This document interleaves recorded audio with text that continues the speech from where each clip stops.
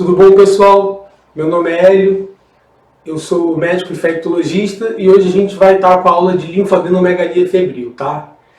É uma síndrome bem comum, uma síndrome que vocês vão ver muito na prática de vocês, em cenários de ambulatório, enfermaria, emergência, e que também em concursos, em geral, sempre tem algumas coisas aí que são pedidas, né? Algumas coisas mais importantes que a gente vai estar pontuando aí com vocês durante essa aula, tá?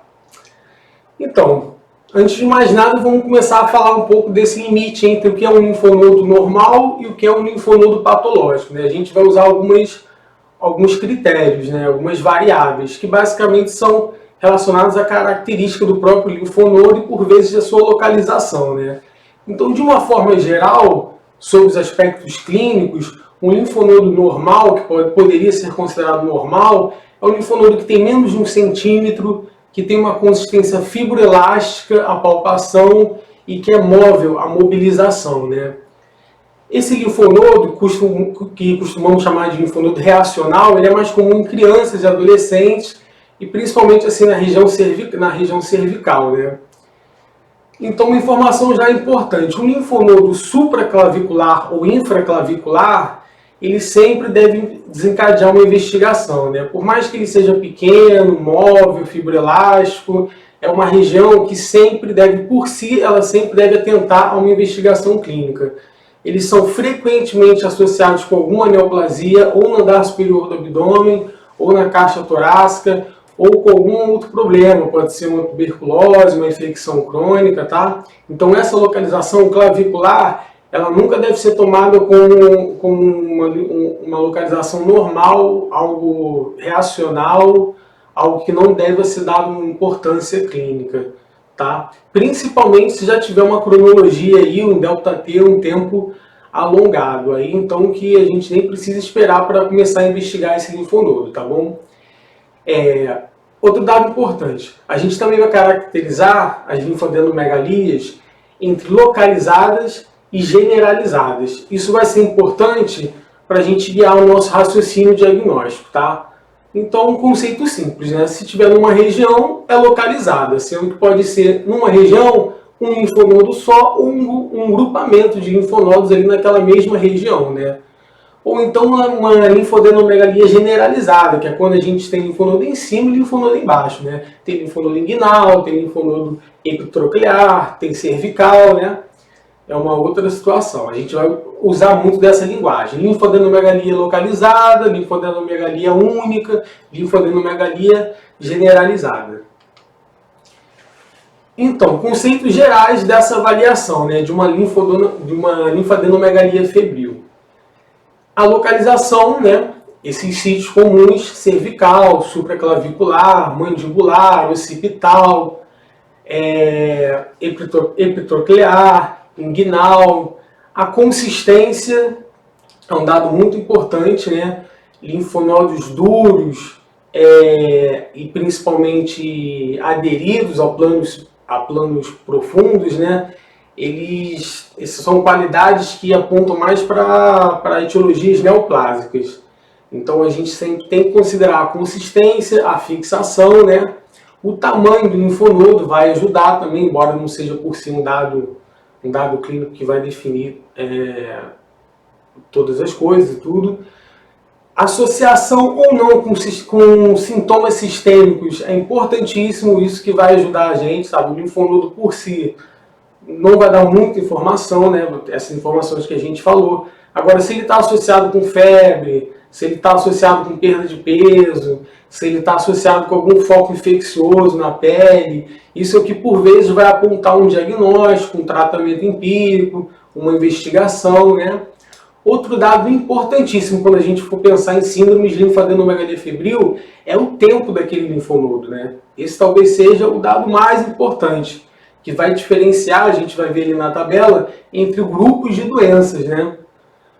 Então, é um linfonodo agudo, é um linfonodo crônico, está mais de 2 semanas, está mais de 2 meses, né? Há quanto tempo o indivíduo, a pessoa, está com essa sintomatologia, né? Isso vai ser muito importante, porque um quadro de linfadenomegalia febril, um paciente com poucos dias, a gente vai pensar em doenças agudas febris, doenças virais, rubéola, sarampo, faringites bacterianas, faringites virais, toxoplasmose, mononucleose, citomegalovirose, dengue, enfim, uma série de doenças agudas, né, normalmente virais ou bacterianas. Podem até ser de etiologia também fúngica, micobacteriana, com abertura de um quadro mais agudo, de repente, um paciente imunodeprimido. Mas, em geral, a gente vai pensar nessas etiologias. O uso de uma medicação que entrou há pouco tempo, né? Agora, por outro lado, um tempo maior, né, um linfonodo com mais de um mês, uma linfadenomegalia febril aí com 2, 3 meses de evolução, ou até menos, não precisa tanto. A gente já vai pensar em outras doenças, né? Doenças inflamatórias, crônicas, né, remitentes, doenças autoimunes, lúpus, febre reumática, artrite reumatoide, as infecções granulomatosas, fungos, micobactérias, tá? Então isso vai ser importante, isso vai direcionar o nosso diagnóstico. Linfomas também, uma causa muito importante de linfonodo, de linfadenomegalia febril, tá? Outro critério importante, uso de medicamentos, né? A gente tem sempre que pensar nisso. Não é incomum, por outro lado, é razoavelmente comum alguns medicamentos causarem linfadenomegalia febril, principalmente algumas medicações psiquiátricas, a gente vai ver uma tabelinha à frente, tá?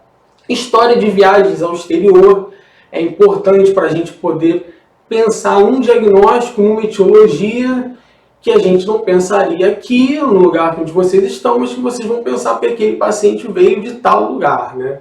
Então, ele veio de uma área endêmica onde está tendo um surto de uma doença tal, sei lá, está tendo um surto lá de sarampo, ele veio daquela área e você, já se atenta, né? Então, coisas desse tipo. Veio de área endêmica para tuberculose, por exemplo. Aqui o Brasil já é uma área endêmica de tuberculose, né? Mas se a gente estivesse em outro lugar que não é uma área endêmica de tuberculose, eu vim lá do Brasil, aí está com aquele linfonodo cervical aumentado, fistulado, com febre já há um tempo. Então, dificilmente esse médico pensaria em tuberculose se ele não for avaliar na história do paciente essa viagem ao exterior. A localização, como a gente falou, né, de sintomas associados. Isso é importante. Focos infecciosos, a gente vai ter que sempre buscar na pele do paciente. Se tem alguma lesão de pele. Aqui, linfonodos cervicais, cadeias anteriores, posteriores, mandibulares, mentonianos, occipitais, auriculares. A gente vai ter sempre que fazer esse inventário da cabeça e pescoço, tá? Examinar nariz, cavidade nasal, nasofaringe, orofaringe, ver se tem amidalite, ver se tem algum foco dentário, ver se tem alguma sinalização aqui na região. Essa avaliação precisa ser feita, tá?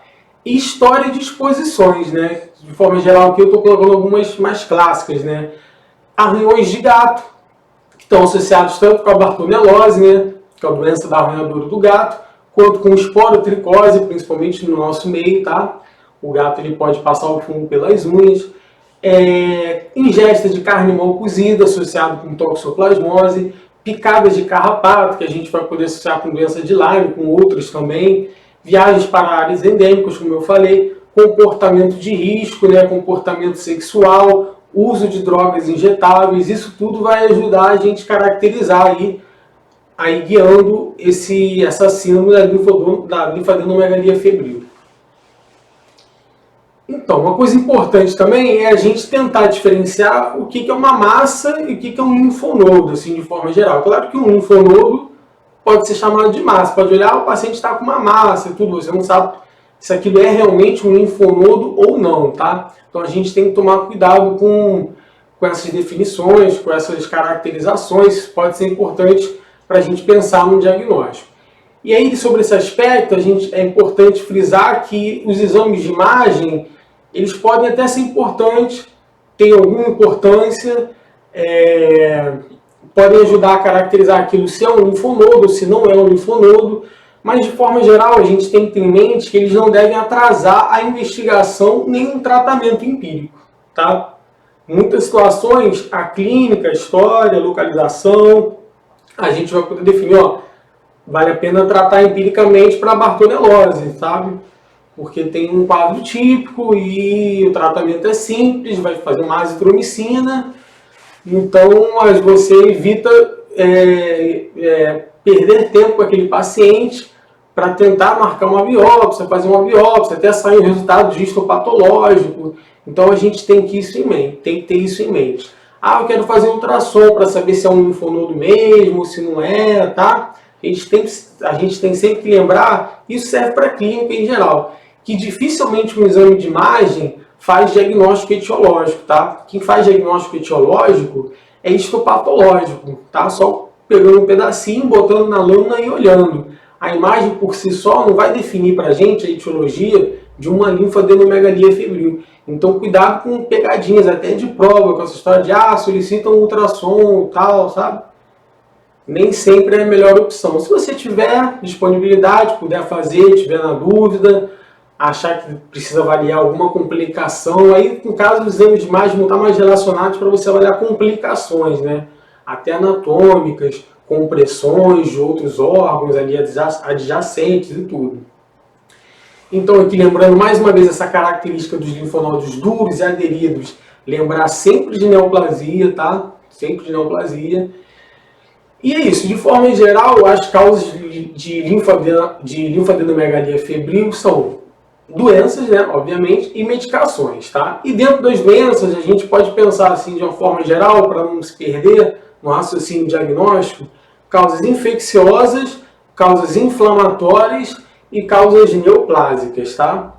Dentro das infecções, os vírus e bactérias tendem a ter um ΔT, uma cronologia mais curta, tende a ser uma doença aguda, né? E doenças fúngicas, micobacterianas vão tender a tomar mais tempo, aí, mais de 2 semanas provavelmente, tá? E medicamento, lembrar sempre dos medicamentos, principalmente da fenitoína, uma medicação de uso comum, né, um anticonvulsivante, outros anticonvulsivantes também, mas a fenitoína principalmente, tá? A gente pode fazer febre, linfadenomegalia e tudo, e tem que se você não se atentar para uma medicação nova que entrou, isso pode passar desapercebido, tá? Então, no final, coloquei esses 3 pontos importantes: localização, cronologia e a clínica associada. É o pilar, né? É a tríade que vai guiar o nosso diagnóstico. Qual a localização desse linfonodo, como que está esse linfonodo, há quanto tempo está ali, né? Pouco tempo, muito tempo, e qual o quadro clínico todo associado com essa linfadenomegalia febril, tá bom? Se tem quadro respiratório associado, se tem um quadro cutâneo, se não tem quadro nenhum clínico associado, é só a linfadenomegalia febril mesmo, tá? Com esses 3 dados, a gente se prendendo a isso, dificilmente a gente vai se perder no meio desse raciocínio diagnóstico, tá bom? Aí, com conhecimento, a gente vai ser capaz de identificar as doenças que precisam ser tratadas empiricamente, e o desenrolar da investigação diagnóstica. Então aqui a gente falou de drogas, né? A linfadenomegalia, a linfadenopatia medicamentosa, frequentemente ela é mais generalizada e associada por vezes associada com sintomas sistêmicos, febre, artralgia, erupção cutânea, tá? Entra inclusive no diagnóstico de síndrome de mononucleose-like, que a gente vai falar mais à frente, né? A gente tem a mononucleose, classicamente causada pelo Epstein-Barr, e a gente tem um monte de outras etiologias para esse quadro clínico, né? Uma delas são medicações, drogas, né?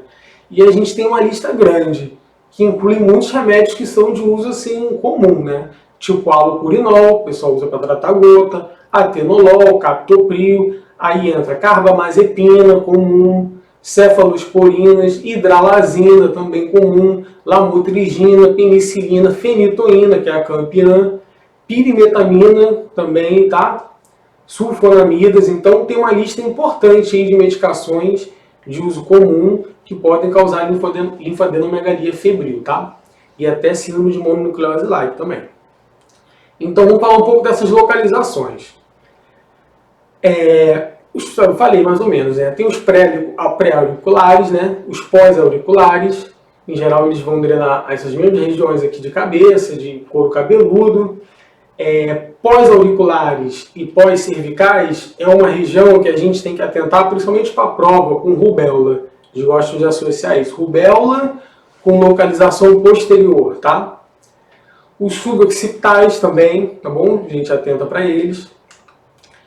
Os supraclaviculares, como eu falei, que indicam alto risco de malignidade, tá? Alguns estudos colocando que até 50% dos linfonodos apresentados em região clavicular remetiam a uma etiologia neoplásica. Então, é aquilo que a gente falou. O linfonodo supraclavicular, por mais que ele tenha características intrínsecas aos linfonodos de benignidade pequena, ele tem que sempre ser investigado, tá bom? E aí a gente tem uma associação do linfonodo da adenopatia supraclavicular direita, que está associado mais a câncer de mediastino, pulmão e esôfago, com a linfadenomegalia supraclavicular esquerda, né? O famoso linfonodo de Virchow, né? Que está associado mais a malignidades abdominais, principalmente do abdômen superior, né? Aí entra aí estômago, vesícula, tá? Pâncreas, mas também outras causas abdominais, tá bom? Continuando nessas regiões, tem os axilares, que são comuns também na linfadenopatia generalizada. Eles vão apontar muito para a parede torácica, para a mama, para braço, drenagem de braço, né? Na esporotricose, por vezes, os linfonodos ascendentes a gente encontra no braço epitroclear, eles vão até os axilares, doenças da mama, câncer de mama frequente, doenças da parede torácica também super frequente, em pacientes com HIV também é super frequente, né? E aí a gente tem que lembrar também, hoje em dia é muito comum os implantes mamários de silicone, que eles são uma causa de linfadenopatia, tá? Tanto clavicular quanto axilar. Então a gente precisa lembrar isso. A gente está lá quebrando a cabeça, e a paciente tem um implante mamário, você não encontrou nenhum diagnóstico, e o linfonodo aí no caso pode ser pelo implante. Mas esse tem que ser um diagnóstico de exclusão, tá, gente? Principalmente se for um linfonodo supraclavicular, porque a gente falou que essa é uma região que tem que sempre se atentar, né? Pede sempre uma investigação. Essa localização epitroclear, a gente tem que tomar cuidado para a prova, porque costumam associar sempre sífilis com epitroclear, tá? Eles pedem muito. A localização clássica de linfadenopatia em sífilis secundária, epitroclear. Costuma ser pergunta também nessa associação de localização com doença, né? Então o epitroclear também é outra localização que eles quase sempre são patológicos. Dificilmente alguém tem um linfonodo epitroclear por nada, tá? Pode até ser, mas pede sempre uma investigação. Normalmente associado com alguma doença infecciosa, tularemia, sífilis, tem a sarcoidose também, esporotricose, linfoma, tá? Então uma região importante. E os inguinais? Os inguinais, eles também frequentemente são palpáveis de forma fisiológica, de forma saudável, né? Nem sempre eles vão remeter a uma doença, né? Mas a gente vai colocar dentro daquela linha de investigação que a gente falou, tá? Quando eles estão associados com alguma doença, ou quando eles aparecem, a gente tem sempre que pensar em investigar, principalmente doenças sexualmente transmissíveis, tá? Eles estão ali drenando a genitália, a pele, órgãos, colo do útero também, tá? Câncer de colo do útero, vulva, reto e ânus, essas localizações, esses sítios anatômicos, eles remetem aí aos linfonodos inguinais. E aí tem uma imagenzinha para a gente dar uma lembrada, né, da semiologia, dessas cadeias linfáticas que eu falei, dos cervicais anteriores, tem os posteriores. Quando a gente fala anterior, posterior, é em relação ao músculo econ, né, ao esternocleidomastoide. Em relação a ele também, a gente pode dividir entre os superficiais e os profundos, né? São os que estão justamente superficiais ou profundamente ao econ. Tem os occipitais, né? No osso occipital, aqui na parte posterior da cabeça. Tem os pós-auriculares, os pré-auriculares, os mentonianos, os submandibulares, né? E os claviculares ali, que mais famoso é o supraclavicular. O infraclavicular, o pessoal normalmente fica menos, não é tão lembrado das referências, né? Aqui o esquemático do corpo, né? Lembrando ali os poplíteos atrás do joelho, que a gente frequentemente esquece de examinar também, os inguinais e os epitrocleares, tá? Os axilares, tá? Aqui uma tabelinha, para vocês depois verem com calma. A gente vai falar sobre as doenças, associando essa coisa da localização com uma etiologia, tá? não é algo para ser tomado assim como via de regra e tudo. Mas é como eu apontei algumas situações, né, do linfonodo cervical posterior, né, dos linfonodos supraclaviculares, dos epitrocleares associados com a sífilis secundária. Então tem algumas situações que a gente já atenta mais para a questão de prova, que são essas que eu citei. Aqui, de forma geral, causas de linfadenopatia, tá? Febril, assim, totais, divididas por tipos de doenças, né? Doença infecciosa, doença viral, papapá, fungo, micobactéria, doenças linfoproliferativas, né? Neoplasias, doenças inflamatórias. Então, quando aquela listinha vai ficando lá para baixo, a gente vai ficando com causas mais raras de doença, né? Que a gente vai ver mais na prática clínica é justamente as faringites, a rubéola, sífilis, CMV, citomegalovirose, toxoplasmose, herpes, foi como eu falei, tá? Tuberculose. Aí quando a gente for pensar nos linfonodos que ficam mais tempo, né, nos crônicos, a gente já começa a lembrar de tuberculose, de doença fúngica, paracoco, criptococo, tá bom? Linfoma. A gente vai se ater, no caso, nas principais doenças, né, que causam a linfadenomegalia febril. Então a gente vai começar pela mais clássica de todas mesmo, que é a mononucleose infecciosa, tá? Que ela classicamente é associada ao vírus Epstein-Barr. Como a gente vai falar à frente, ela também é chamada como síndrome, né, de mononucleose, quando ela não é o Epstein-Barr e tem outras causas, tá? Isso é muito comum. Então, a síndrome de mononucleose, ou mononucleose infecciosa clássica, né, cursa com febre, faringite, fadiga e linfadenopatia. Esse é um quadro clássico de mononucleose infecciosa. Esse quadro, mais uma linfocitose atípica no hemograma, é uma definição clássica mesmo de mononucleose infecciosa, tá? Outros achados, esplenomegalia, petequias, tá? Vamos lembrar que, embora seja um vírus, Epstein-Barr, o exudato nesse caso é a faringite nesse caso é frequentemente exudativa, tá bom, gente? Então cuidado com aquele conceito de que exudato é bactéria e tal. Então vamos ter cuidado para tentar caracterizar a síndrome direitinho, tá? A linfadenopatia, como eu falei, ela é mais posterior, tá? No Epstein-Barr, mas ela pode se tornar generalizada. E o linfonodo pode ficar por até 2 ou 3 semanas ali na resolução do quadro. Outros quadros clínicos também podem surgir, uma erupção maculopapular, né? O paciente tem aquelas manchas vermelhas, e urticária, coceira, tá? Essa erupção cutânea, importante isso, por vezes ela é associada à administração de ampicilina nesses quadros, tá? De Epstein-Barr. O paciente estava com um quadro clássico, daí fez um antibiótico, porque não achavam que era melhor fazer um tratamento empírico, beleza, para faringite, pode ser uma faringite bacteriana, fez uma amoxicilina, o paciente ficou todo branco, tá? Desculpa, ficou todo vermelho, erupção maculopapular, isso pode ser associado comum, tá? Nessa situação do Epstein-Barr.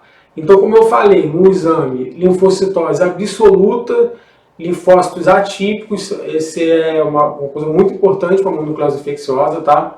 Ruptura esplênica é uma complicação rara, porém fatal. Uma boa pergunta de prova também, complicações de mononucleose, complicação grave de mononucleose, tá? E o Epstein-Barr, né, que é um vírus da família do herpes vírus, né? Ele é o herpes vírus 4, na verdade. Ele está associado, a sua infecção está associado ao tempo a desenvolvimento de linfomas de célula B, linfomas de célula T, linfoma Hodgkin e carcinoma nasofaríngeo. Também são perguntas boas para a prova, tá? Dessas que associa papum.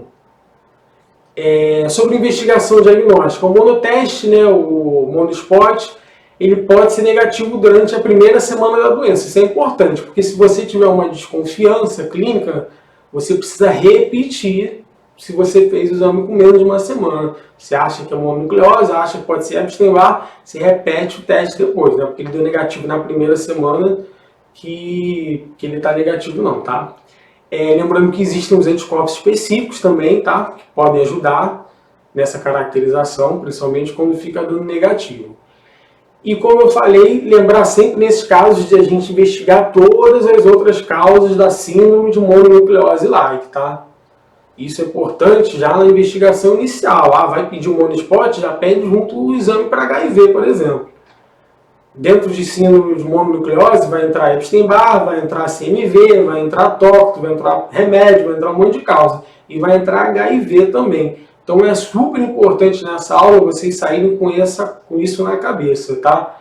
De que num quadro de mononucleose like, você pede o HIV e é importante que esse HIV saia rápido o resultado, tá? Se você tiver disponibilidade, der positivo, tiver como fazer uma carga viral, tem que pedir também, tem que fazer. Porque hoje a gente tem possibilidade de tratar essa síndrome aguda do HIV, tá?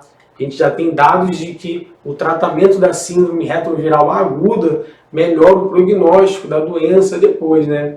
Isso é uma coisa que há 10, 15 anos atrás a gente não fazia, uma coisa não tão recente, mas importante estar passando. Então aqui o que eu já vim falando, já falei, acho que a quarta vez agora, ó, síndrome de mononucleose like, causas de síndrome de mononucleose like, ou seja, mononucleose infecciosa, doença clássica, é o Epstein-Barr, ponto. Síndrome de mononucleose like, ou seja, like, doenças que parecem, estão se manifestando como uma mononucleose, mas não são Epstein-Barr. Quais entram aí? Principal delas, citomegalovirose. Depois, HIV, toxoplasmose, rubéola, sífilis, streptococcus, né? Hepatite, gonococcemia disseminada, herpes 6 e herpes 8, que são menos comuns, tá? E os medicamentos, que são razoavelmente comuns. E aí eu botei o HIV ali grifado. Por quê? Porque é uma doença muito importante. Dessas todas, a maioria delas ali, ou é autolimitada, ou o tratamento é simples, tratamento com antibiótico, tá? Então, o HIV aí, ele enseja, se tiver uma suspeição clínica importante, você é capaz de, nesse momento, pegar um paciente que acabou de se infectar pelo HIV, fez uma síndrome retroviral aguda, e nesse momento, se você identificar, tiver esse raciocínio clínico, uma síndrome de mononucleose like, vou pedir um monoteste, vou pedir um teste rápido para HIV, e se você tiver tempo hábil, você tem como começar a terapia antirretroviral, no caso aí, ainda na síndrome retroviral aguda, desculpa, tá bom? Que isso melhora muito, isso diminui muito a possibilidade do HIV, depois, com o tempo, não necessariamente você vai curar ele ali, não. Até tem gente que acha que isso pode estar relacionado com cura, mas isso nunca foi provado, assim, de forma consistente. Mas você, pelo menos, consegue reduzir a capacidade do HIV de se esconder nos santuários, né?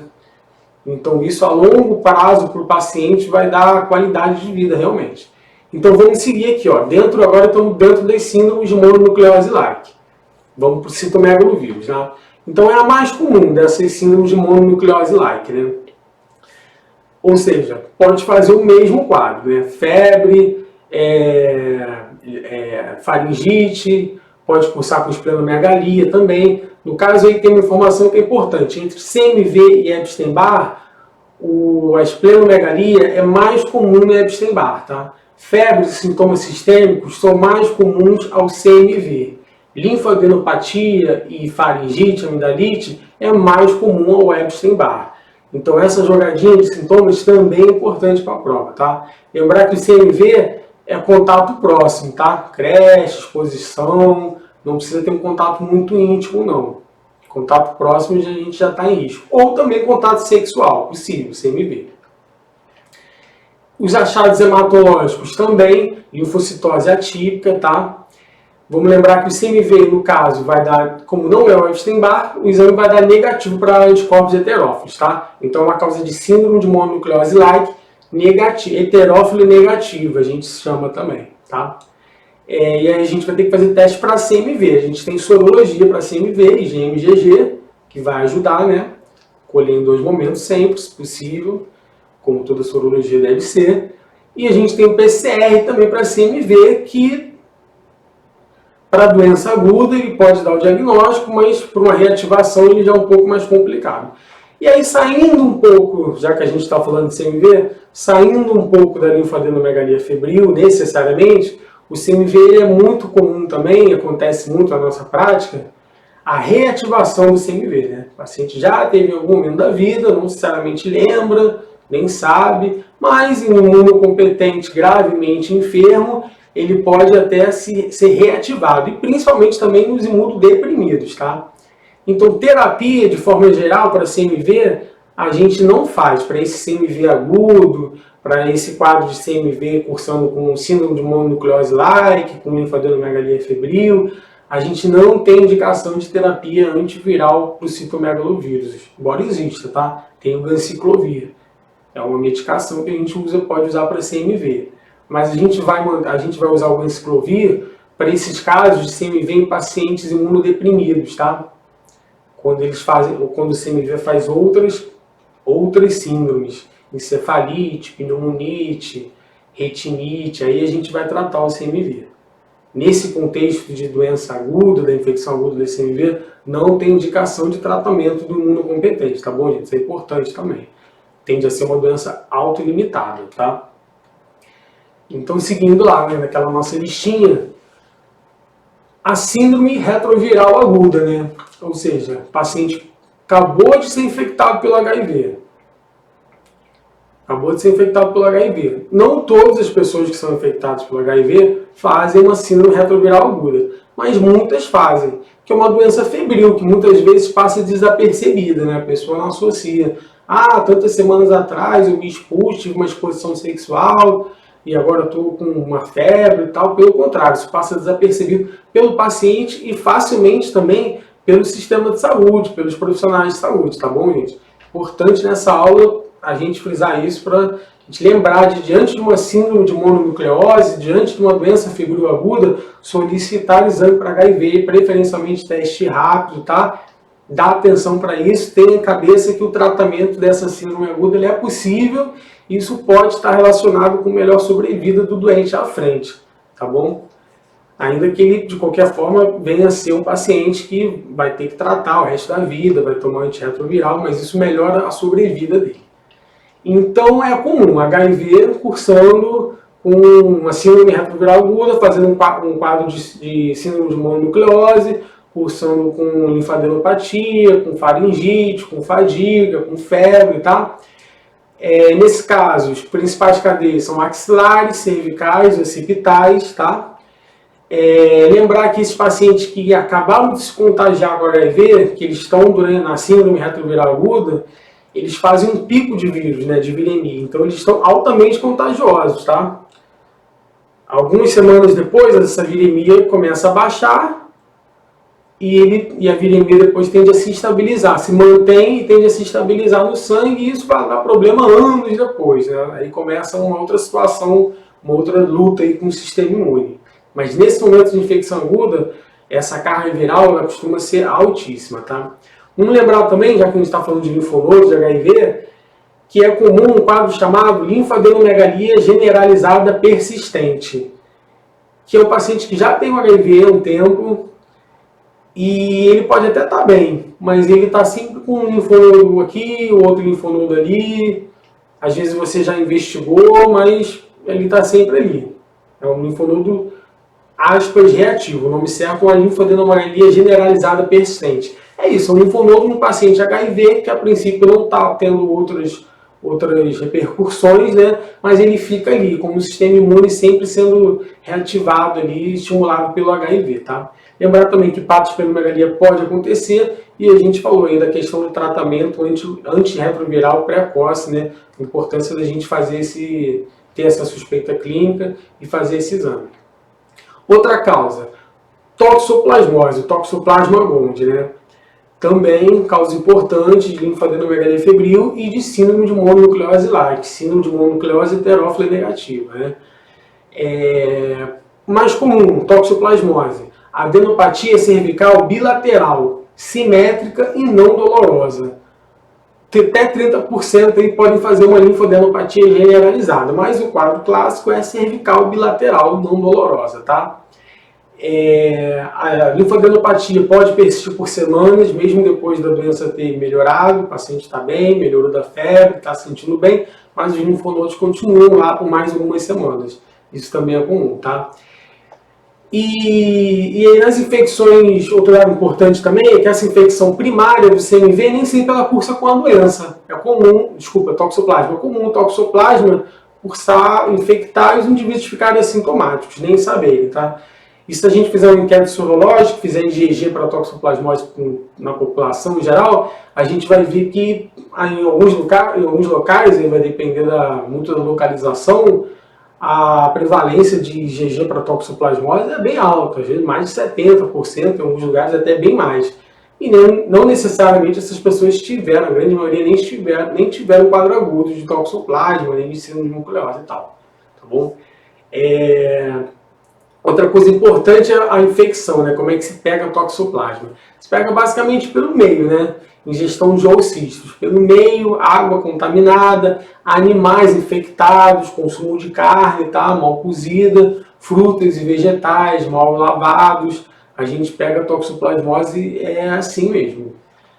Existe também a infecção vertical, né, da mãe, e a infecção por transplante de órgãos, né, que vão estar relacionados em geral com outras síndromes da toxoplasmose. Né? A mãe, quando passa para o feto, faz a síndrome da toxoplasmose fetal, que é uma outra história, tá bom?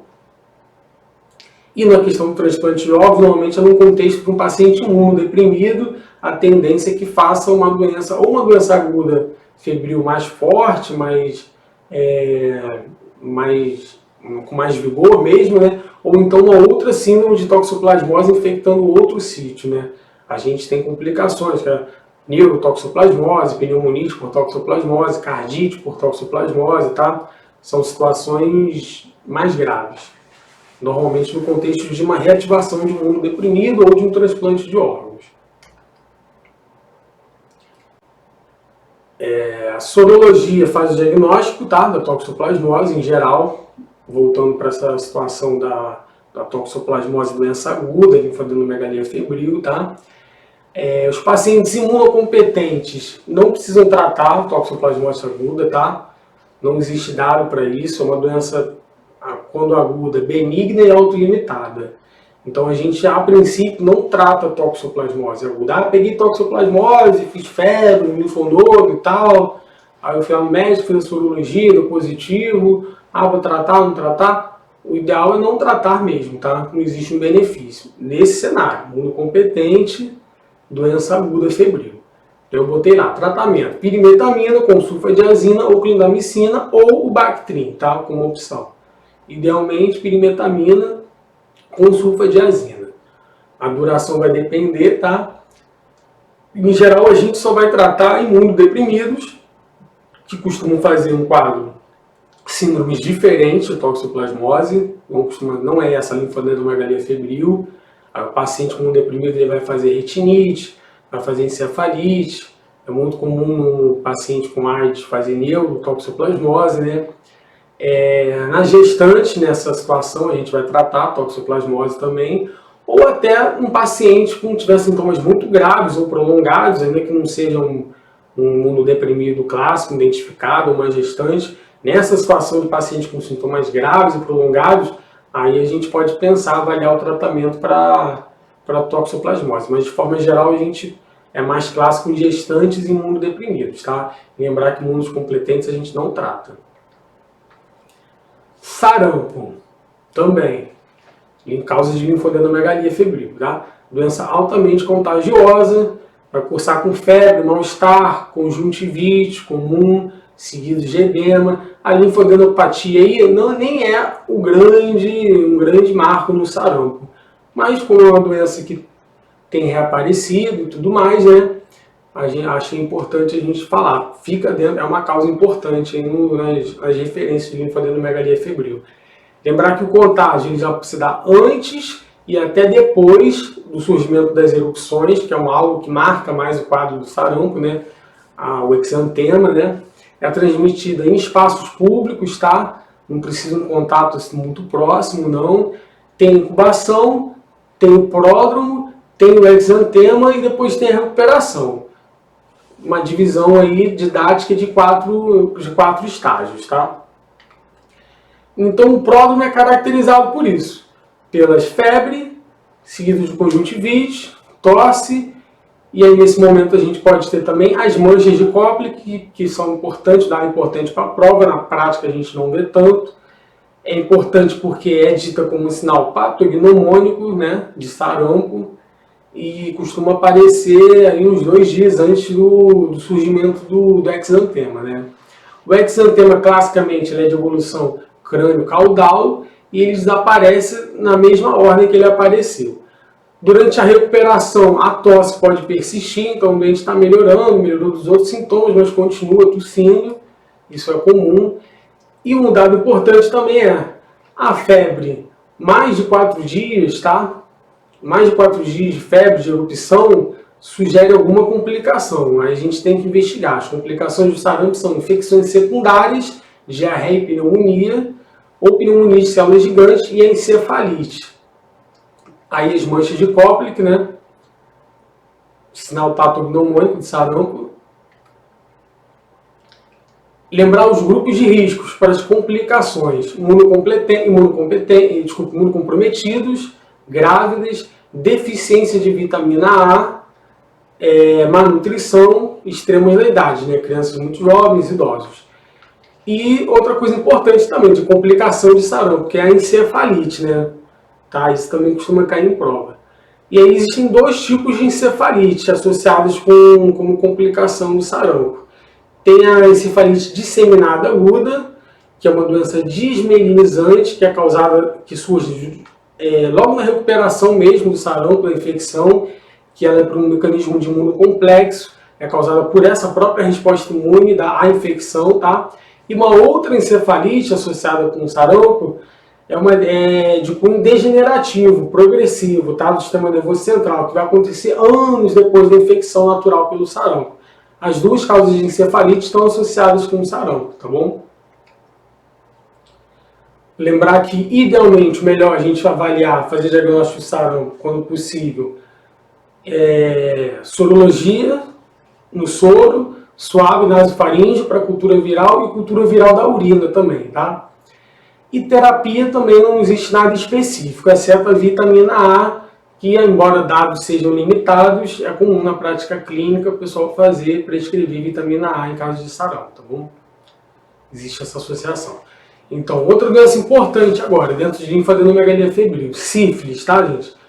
Sífilis, que é uma doença sexualmente transmissível. A sífilis tem a sífilis primária e a sífilis secundária, né? Tem a terciária, sífilis latente, neurosífilis, né? Então, a gente tem os estágios da sífilis, né? Quando não tratada, ela tende a evoluir.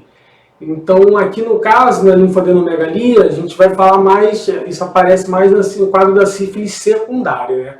A sífilis primária, ela é o quê? Ela é aquela prima infecção. É o cancro, é a úlcera, né? Que costuma ser peniana, vaginal, na verdade, no local da inoculação, né? Pode ser em outro local do corpo também, pode ser na boca. Se a inoculação for na boca, vai aparecer a úlcera na boca. Onde teve a inoculação do treponema pálido, é onde vai aparecer a úlcera, né? Tem um dado importante da úlcera da sífilis, que é que tende a ser indolor. Isso é importante a gente guardar, isso cai muito em prova. Uma úlcera indolor, tá? Não costuma ter pouca dor, não tem dor. E essa úlcera, ela chama pouca atenção. Por quê? Porque ela é indolor e porque ela some sozinha, mesmo sem tratamento, tá? Então, assim, se aparecer a úlcera dentro da vagina, lá no colo do útero, ali dentro, vai ficar escondido. Não vai doer, a mulher não vai ver, ela apareceu, sumiu, tá? No pênis ela pode chamar mais atenção, né? Porque fica mais evidente. Mas ainda assim pode ficar escondido também, principalmente quem tem a glande ali, o prepúcio pode ficar escondido abaixo, tá bom? Justamente até por ser indolor. Então passou um tempo, passou o estágio da inicial, ela vai sumir. E depois, algumas semanas, alguns meses depois, a gente pode surgir a sífilis secundária, que aí sim pode fazer um quadro de linfadenomegalia febril, sintomas sistêmicos, erupção cutânea, mal-estar e linfadenopatia difusa, tá bom? Por isso que a sífilis entra, né, nesse diagnóstico de linfadenomegalia febril. Vamos lembrar da sífilis secundária, do linfonodo epitroclear, tá? Que é mais sugestivo. Lembrando que todos os outros sítios também podem ser acometidos, cervical, posterior, inguinal, femoral, tá? Vamos lembrar também que eu falei que as complicações graves, elas acontecem principalmente nos pacientes não tratados, onde a doença vai progredindo e pode chegar a cometer pele, coração, fazer doença no osso. E a neurosífilis ela pode acontecer tanto nos estágios finais como em qualquer momento da infecção, tá? Principalmente nos pacientes imunodeprimidos. A terapia da sífilis, penicilina, benzatina, de acordo com o estágio. Se for o estágio inicial, sífilis primária, secundária, dá para tratar com uma dose. Muita gente prefere tratar com 3. Se for latente ou tardia, a gente vai ter que tratar com 3. Em neurosífilis, a exceção. Aí a gente tem que tratar com penicilina cristalina mesmo, tá, gente? Lembrar disso. Neurosífilis, penicilina cristalina, 14 dias, tá? Existe uma opção alternativa que é o ceftriaxone. Então vamos continuar a doença da arranhadura do gato, tá? Etiologia Bartonella Hansen, caracterizada também por linfadenopatia regional, tá? Tende a ser autolimitado, tá? O tratamento é simples, é a azitromicina. Então é uma doença que a gente tem que tentar desconfiar. Se desconfiar, já vale a pena tratar, entendeu? Tiver uma linfadenopatia regional, tiver essa história de exposição a gatos, principalmente gatos jovens, gato com pulga, a gente já pode tratar, tá? A doença da arranhadura do gato. Vale mais a pena tratar, ver a resposta, do que correr atrás de biópsia para depois já vai ter perdido o time, né? Vai melhorar sozinho, vai dar alguma complicação. Então, linfadenopatia solitária é o quadro usual da bartonelose, né? Da doença da arranhadura do gato. Então é isso, os linfonodos aparecem aí no local da inoculação. Aquilo pode evoluir, pode tomar outros linfonodos, mas em geral não, em geral fica ali mesmo, tá bom? O tamanho varia um pouco e a linfadenopatia ela pode desaparecer depois de um tempo. Pode se vir a resultar em cura sozinha mesmo, tá? Então essa progressão para uma linfadenopatia generalizada, ela já é mais rara, tende a ser uma doença mais localizada mesmo, tá? Mas pode disseminar para fígado, baço, osso, sistema nervoso central, tá bom? Como eu falei, doença autolimitada. A gente faz o diagnóstico com teste sorológico e a terapia empírica é super prescrita mesmo, tá bom? A gente faz azitromicina, pode fazer claro, tem como opção também fazer rifampicina, Bactrim ou ciprofloxacina, né? Lembrar de não fazer cipro para crianças, tá bom, gente? E a biópsia é algo que, em geral, aí a gente tem que evitar. Se fazer uma biópsia para um diagnóstico de bartonelose é algo que a gente não é legal. Se era uma bartonelose, era para ter sido tratado empiricamente antes, tá bom? Então agora a gente já está falando, ó, linfadenite e tuberculose. Agora a gente vai entrar em doenças mais de curso tardio, né? Que tende a ter uma evolução mais subaguda a crônica. Tuberculose com linfadenite até pode cursar com quadro agudo também, mas não é o esperado, né? Se isso acontecer, provavelmente vai estar relacionado a algum nível de imunodepressão importante, tá? Então, linfonodo é uma das principais, se não a principal causa de tuberculose extrapulmonar, né? Junto com pleura, tá? Pleura, linfonodo são os principais sítios extrapulmonares. Então é isso, linfadenocituberculose quase sempre ela é uma reativação de um contato prévio com a tuberculose, tá? Não necessariamente a pessoa teve a doença tuberculose, mas ela já teve o contato, foi infectada, teve uma disseminação hematológica, ele caiu lá e ele reativou em algum momento na vida posterior, tá? Provavelmente associado a alguma imunodepressão. Então o quadro clínico é esse, é simples, é uma linfadenopatia crônica associada à febre, tá? Esse é o basal. Ah, mas não tem emagrecimento, mas não tem tosse, que não precisa. Linfadenopatia crônica. Às vezes até mesmo sem febre, só a linfadenopatia crônica. Pode ser em outro local. Estou colocando na região cervical aqui assim porque é o mais comum. Mas pode ser em outro local, tá? Coloquei ali os locais. Cervical disparada, a região mais comum de linfadenite e tuberculose, tá, gente? Complicações comuns: ulceração, fistulização, formação de abscesso, tá? A gente chama de complicações, mas são complicações mais fáceis de se resolver, vamos dizer assim, né? dependendo para onde pistolizar também. Compressão de vias aéreas, compressão de outras estruturas, são complicações talvez mais graves, mais importantes, que não são raras, porque a linfadenite tuberculose, por vezes, ela fica grande, né? O linfonodo fica bem grande, principalmente se tiver formação de abscesso, tá? Então, radiografia de tórax nem sempre vai te ajudar, mas sempre vale a pena pedir, porque é uma forma de você tentar fazer esse diagnóstico etiológico, principalmente em pacientes com HIV em regiões endêmicas. É comum ter alguma alteração torácica, ainda que seja uma cicatriz antiga, tá? Isso é diagnóstico que vai vir da abordagem do linfonodo mesmo, não tem jeito. Forma menos invasiva é por punção aspirativa, tá? Vai funcionar, vai pegar aquele material, vai fazer BAR, botar na lâmina, vai fazer cultura, vai fazer PCR, vai fazer o que você conseguir fazer. Se conseguir, você faz os três, tá? Em infectologia é sempre assim, algo a gente bota na lâmina, algo faz para cultura e se tiver PCR faz também. Se tiver do sangue faz o soro, tá bom? Quando possível. Então, tratamento RIP, né? A gente já sabe, 2 meses seguido de 4 de RI, de rifampicina. E é importante falar também das reações paradoxais durante o tratamento, tá? Exemplo, o paciente, a reação paradoxal é a piora durante o tratamento, mas não significa falência do tratamento, tá? É justamente o sistema imune combatendo ali aquilo. Então, por exemplo, o paciente estava lá com uma linfadenite tuberculosa, começou a tratar, começou o RIP, e aí você tinha um diagnóstico confirmado, tem certeza que aquilo é tuberculose. Ela começou a tratar, começou a piorar, fez febre, começou a se sentir mal e tudo. Falei, pô, como assim? Mas não estamos tratando, o cara está piorando? Entendeu? Provavelmente uma reação paradoxal. Pode ser tratado com algum anti-inflamatório, questão dos sintomas e tudo, mas acompanhamento, observação vai passar em alguns dias, algumas semanas, tá? Mas é muito comum, reação paradoxal em tuberculose. A reação paradoxal da tuberculose é algo parecido com a síndrome de reconstrução imune no tratamento inicial do HIV. Né? Paciente com quadro de HIV também às vezes acontece isso. Principalmente pacientes que começam a tratar estão com a imunidade muito baixa. Ele começa a tratar e aí dá uma piorada. Isso é justamente porque o sistema imunológico melhorou, deu uma melhorada e começa a combater as infecções. Aí o paciente tem aquela manifestação de doença, né? A gente continua tratando assim mesmo. Então agora vamos começar a falar de causas assim, menos comuns da nossa prática, né? Em prova também. Acho que a gente vai dar uma passada rapidinho, porque também também são causas não menos importantes de linfadenomegalia febril, dentro de uma lista grande. A tularemia, né? Que é uma bactéria gram-negativa, que a gente vai contrair contato com animais infectados ou com vetores, ela é inoculada. Vai cursar com febre, calafrios, um quadro geral, tá?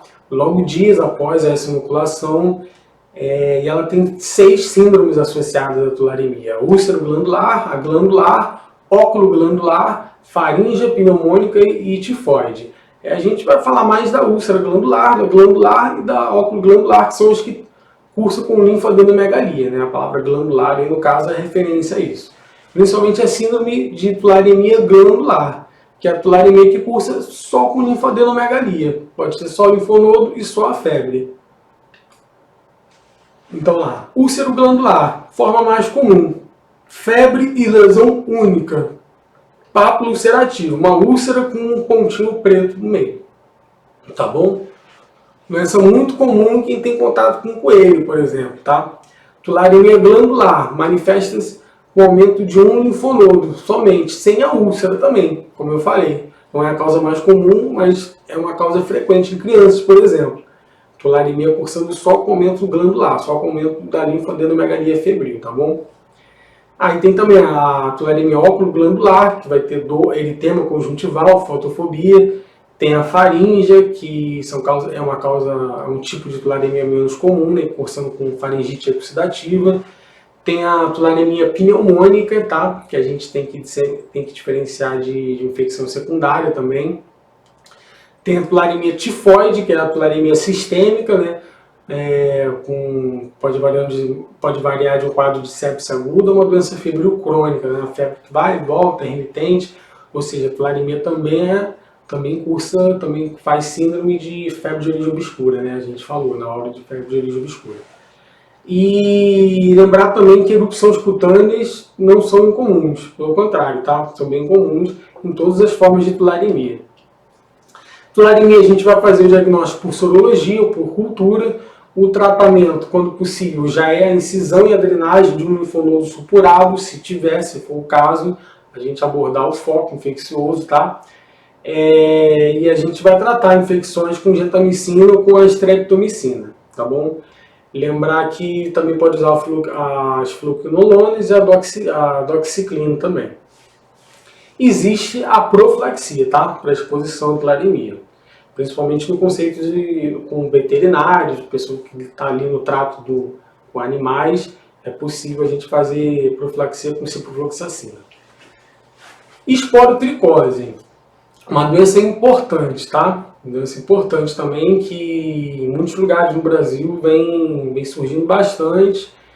É uma doença que sempre foi associada mais com paisagismo, com jardinagem, com lidar com mato, né, com plantas, onde acontece a inoculação do fungo, do Sporotrix skunk, inoculado diretamente ali na pele.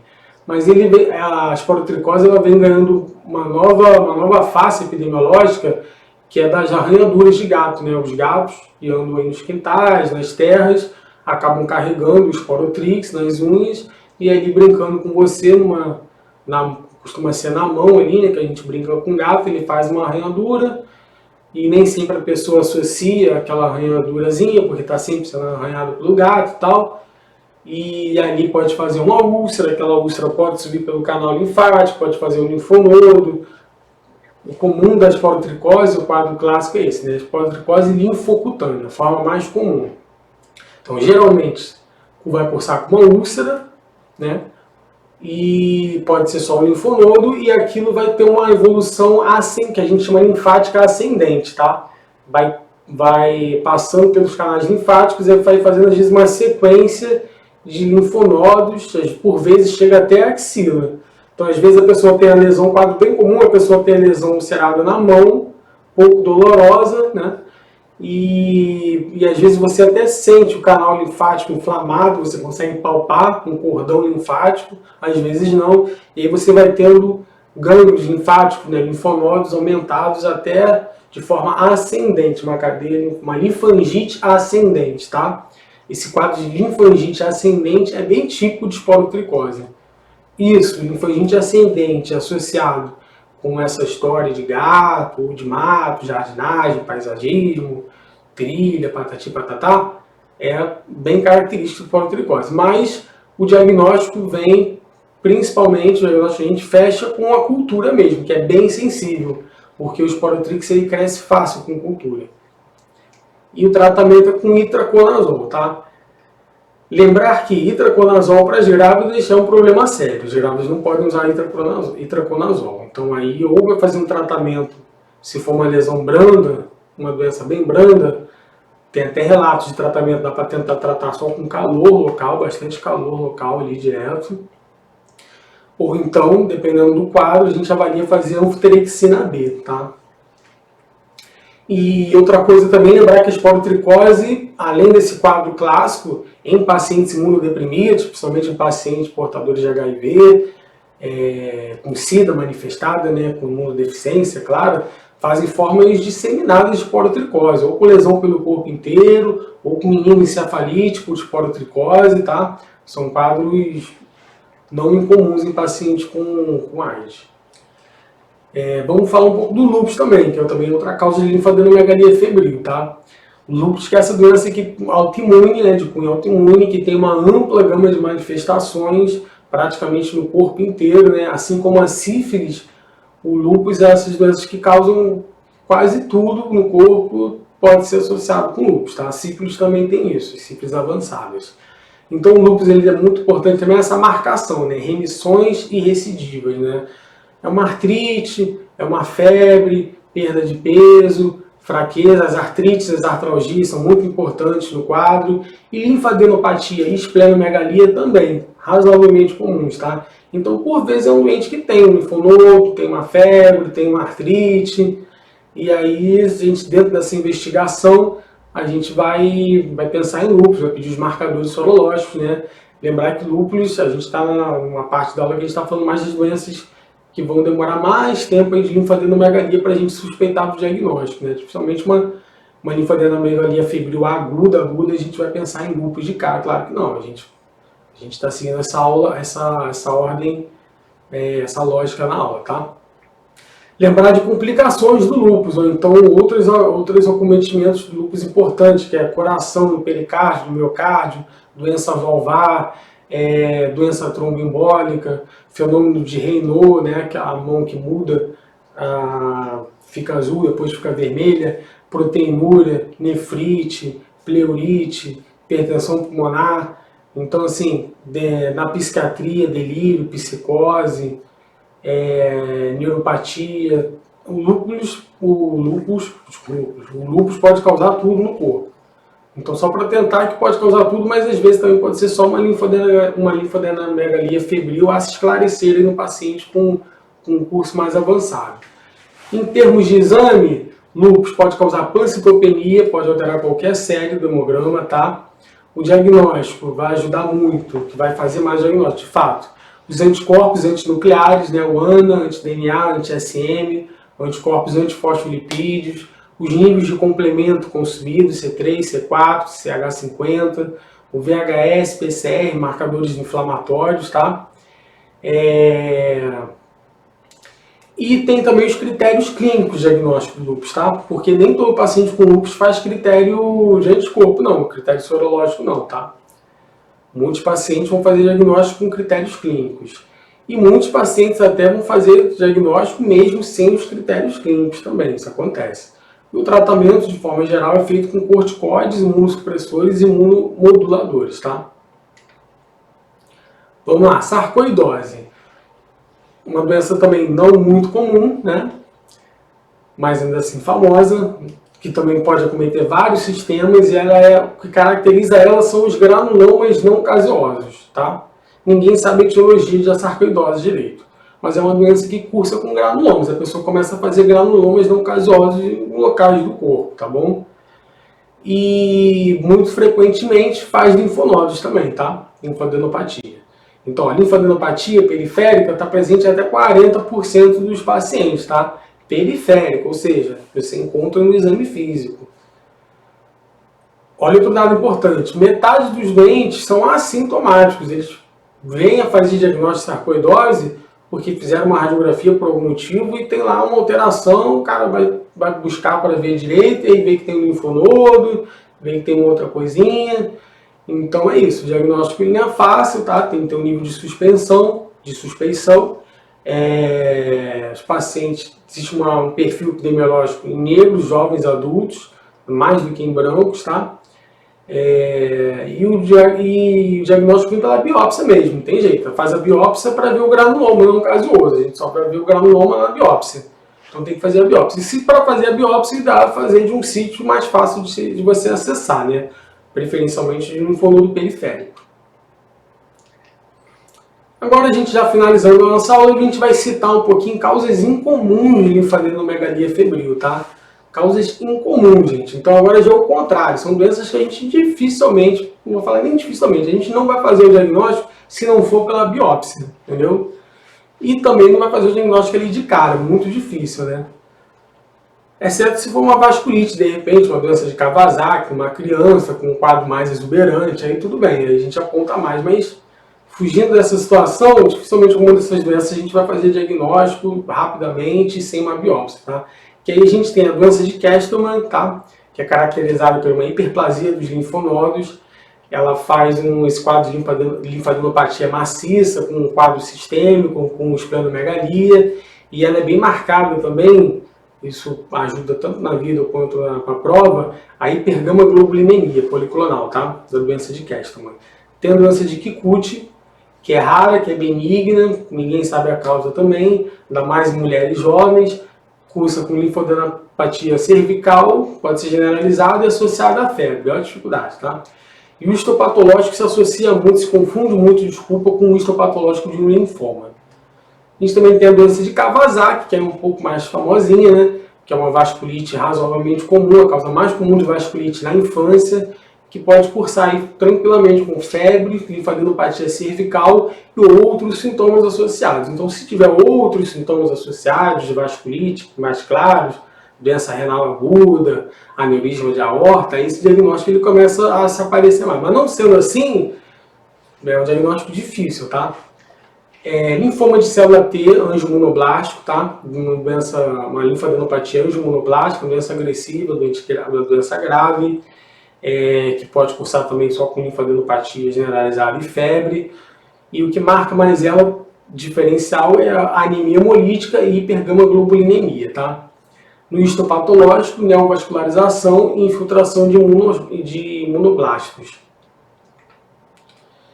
A gente também tem, para fechar nessas causas raras, a amiloidose, né? Que é uma causa rara de linfadenopatia, tá? Que é uma doença causada por depósito da amiloide.